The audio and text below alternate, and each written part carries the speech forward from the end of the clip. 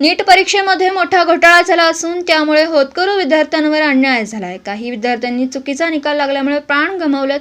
त्यामुळे नीट परीक्षा घोटाळ्याची उच्चस्तरीय समिती गठीत करून चौकशी करावी, दोषींवर तात्काळ कार्यवाही करावी या मागणीसाठी राष्ट्रवादी काँग्रेस शरदचंद्र पवारचे शहर जिल्हाध्यक्ष डॉ. सुनील कदम यांच्या नेतृत्वाखाली आणि राष्ट्रवादी युवकचे ग्रामीण जिल्हाध्यक्ष धनंजय सूर्यवंशी, शहराध्यक्ष रौफ जमेंदार, जिल्हा सरचिटणीस गणेश तादलापूरकर आदींच्या प्रमुख उपस्थितीमध्ये जिल्हाधिकाऱ्यांमार्फत पंतप्रधान भारत सरकार यांना एक निवेदन देऊन मागणी करण्यात आली। नीट परीक्षेमध्ये घोटाळा झाल्यामुळे राष्ट्रवादी काँग्रेस पार्टीच्या वतीने या घटनेसंदर्भात तीव्र संताप व्यक्त केला जातोय।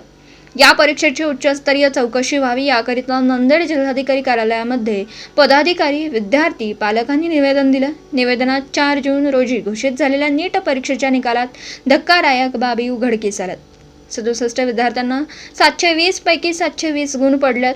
प्रतिवर्षी सिंगल फिगर ध्येय ही संख्या असते।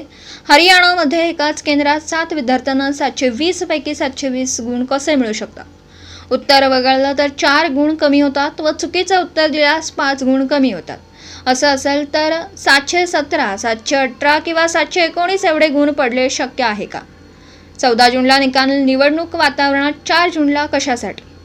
या गोंधळामुळे 10 विद्यार्थ्यांनी आत्महत्या केल्या आहेत। याची जबाबदारी कोणावर? विद्यार्थ्यांच्या मनाशी, भवितव्याशी अजून किती खेळायचं आदी स्वरूपाला सवाल राष्ट्रवादी काँग्रेस पार्टी शरदचंद्र पवार यांनी निवेदनामध्ये उपस्थित केले।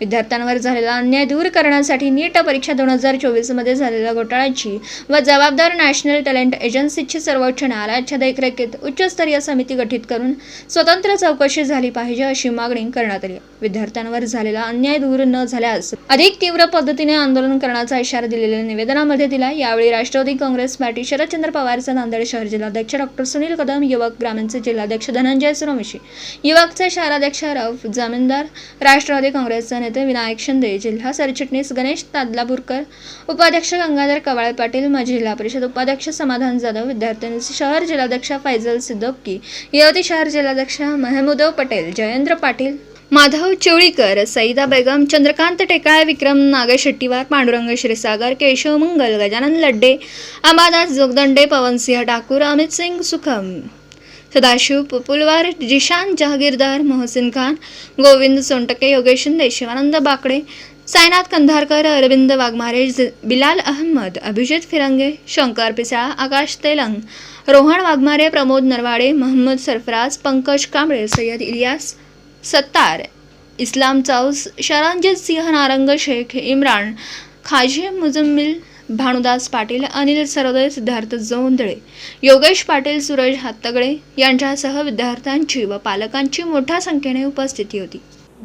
दिवसभरातील घडामोडींचा आढावा घेण्यासाठी पाहत रहा N24 मराठी न्यूज चॅनल।